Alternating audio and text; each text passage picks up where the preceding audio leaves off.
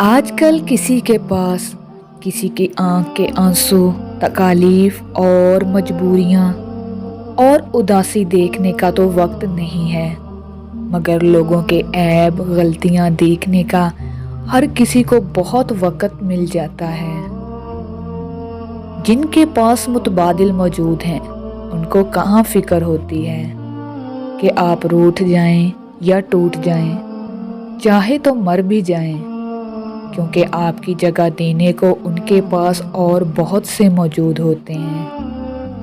فکر تو ان کو ہوتی ہے جن کا متبادل نہ مل سکے۔ بانو قدسیہ کہتی تھیں، عورت کو بھروسہ صرف اپنے محرم مردوں پر کرنا چاہیے، نامحرم مردوں پر بھروسہ کر کے عورت ہمیشہ ذلیل ہوتی ہے۔ انسان کی زندگی اگر خوشیوں سے ہی بھری رہے تو اس کے اندر کبھی احساس کے جذبات پیدا نہیں ہوں گے۔ امیدیں جب ٹوٹتی ہیں تو اندر سے انسان بکھر جاتا ہے۔ دکھ اور درد انسان کی بنیادیں تک ہلا دیتے ہیں۔